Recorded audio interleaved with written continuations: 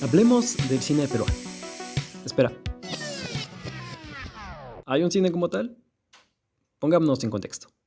El cine peruano solo ha experimentado un declive a lo largo de los años.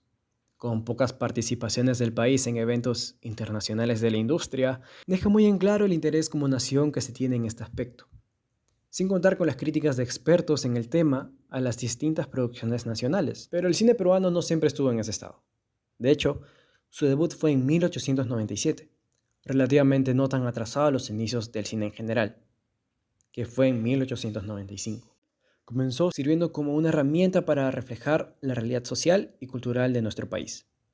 Aún así, tiene una historia corta y sobre todo interrumpida por sucesos directos e indirectos, tales como la dictadura del general Velasco Alvarado, tiempo después el terrorismo y otros hechos importantes que cambiaron la sociedad y la industria cinematográfica. Claramente el Perú debería tener un largo historial de contenido audiovisual después de un siglo de su debut, pero lamentablemente no es así. Y aquí es cuando todos en el grupo nos preguntamos lo mismo. ¿Por qué se dice que el cine peruano está en pañales a comparación del resto de países que gozan de esta cultura cinematográfica? Principalmente, ¿por qué estamos tratando de un cine sin géneros? Gran parte de los largometrajes comparten factores en común, dado el caso como Díaz de Santiago, considerada una de las mejores películas de nuestra nación. Trata de un ex militar que intenta adaptarse a la sociedad después de su servicio tras haber luchado contra el terrorismo. En La Hora Final, se trata del escuadrón que se encargó de investigar y rastrear a Abimael Guzmán, también ambientado en el terrorismo. O en la película La Boca del Lobo, otro largometraje alabado por la crítica y el público, el cual trata de un batallón para mantener el control de un poblado de nombre Chuspi, en la época del terrorismo. ¿Lo ves? Bueno, déjame darte otro ejemplo.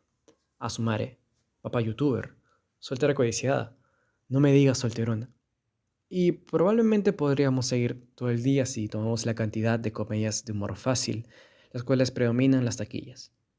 De hecho, en el 2022, de 10 películas peruanas en cartelera, 8 eran de comedia. Las películas de comedia en general en el Perú no cumplen con lo mínimo para ser consideradas películas de este género.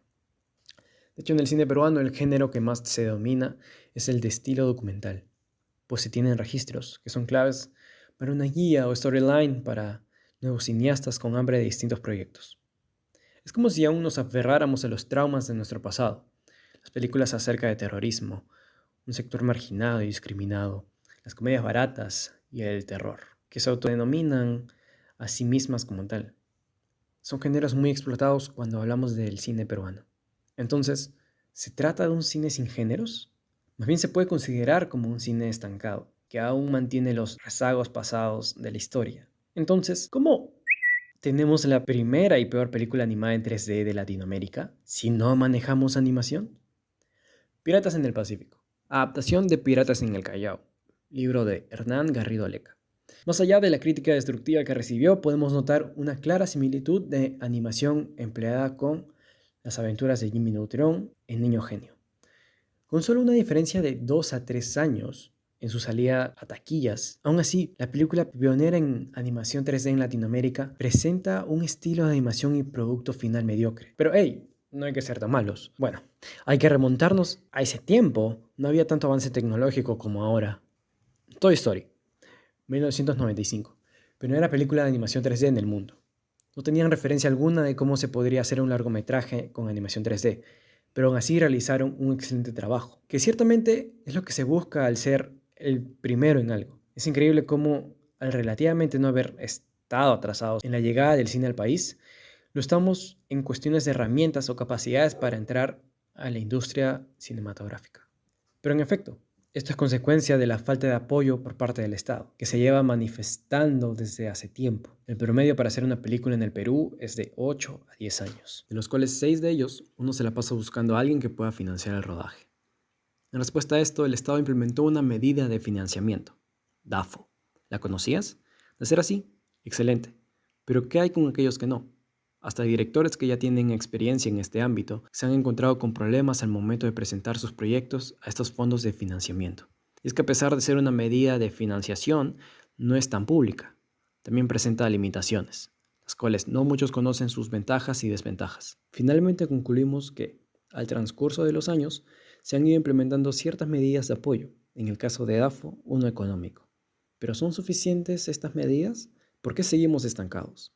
Si bien es cierto, el Estado juega un rol fundamental en la divulgación de este tipo de medidas e información. Un apoyo únicamente económico no es suficiente si en las salas de los cines solo se proyectan una semana o como mucho dos, decía Montenegro en el 2010. Es un poco ingenuo pensar que el único cine que hay en el Perú es el que llega a los multicines. Hasta que no empecemos a ver un cine peruano como un todo, creo que no podemos hablar con autoridad. Pues más allá del apoyo no de diversas identidades, al Perú le falta cultura en este aspecto para poder avanzar en la industria cinematográfica.